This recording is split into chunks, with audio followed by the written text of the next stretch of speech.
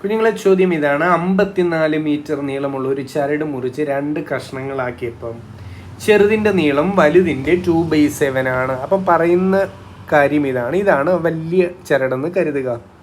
ഇതിനെ മുറിച്ച് 2 പീസാക്കി, ഒരു ചെറിയ പീസും ഒരു വലിയ പീസും ഉള്ള 2 പീസാക്കി. ഇതിനെ പറ്റിയാണ് പറയുന്നത്.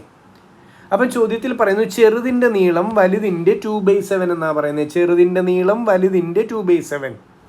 ആ ഫ്രാക്ഷൻ കാണുമ്പോഴേ മനസ്സിലാക്കുക ചെറുതിനെ റെപ്രസെൻ്റ് ചെയ്യുന്നത്, ചെറുതിൻ്റെ നീളത്തിനെ റെപ്രസെൻ്റ് ചെയ്യുന്നത് എത്ര എന്ന് ചോദിച്ചാൽ 2 ആണ്. അപ്പം വലുതിൻ്റെ നീളം എത്ര? 7 ആണ്. ഇത്രയും ക്ലിയർ ആണോ? ആ ഫ്രാക്ഷൻ കാണുമ്പോഴേ നിങ്ങൾക്ക് എഴുതാൻ പറ്റണം ചെറുതിൻ്റെ നീളം ആ ന്യൂമറേറ്ററിൽ കിടക്കുന്ന വാല്യൂ ആണ്. ആരെ റെഫറൻസ് ആക്കിയാൽ പറഞ്ഞേ? വലുതിനെ റെഫറൻസ് ആക്കിയാൽ പറഞ്ഞേ?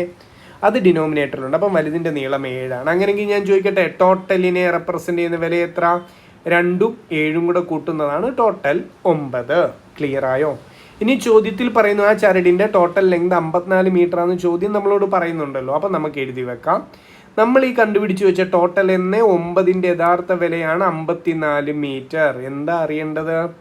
ചെറിയ എൻ്റെ നീളം എത്ര എന്നാ? ചെറുത് എത്ര എന്ന് നമുക്കറിയാം, 2 നമുക്കറിയാം. 9ൻ്റെ വില 54 ആണെങ്കിൽ 2ൻ്റെ വില എത്ര എന്ന് നോക്കിയാൽ മതി, ചെറുതിൻ്റെ നീളം കിട്ടും. ക്ലിയർ ആയോ? 2 × 54 / 9. 9 54 കൂടെ വെട്ടിപ്പോവല്ലോ. 9 × 6 ആണ് 54. അപ്പം നമ്മുടെ ആൻസർ എത്രയാ? 6 × 2 12 മീറ്റർ ആണ് ചെറിയ പീസിൻ്റെ നീളം. ഓക്കെ ആണോ എൻ്റെ കുട്ടികൾ? ശരി, താങ്ക് യു.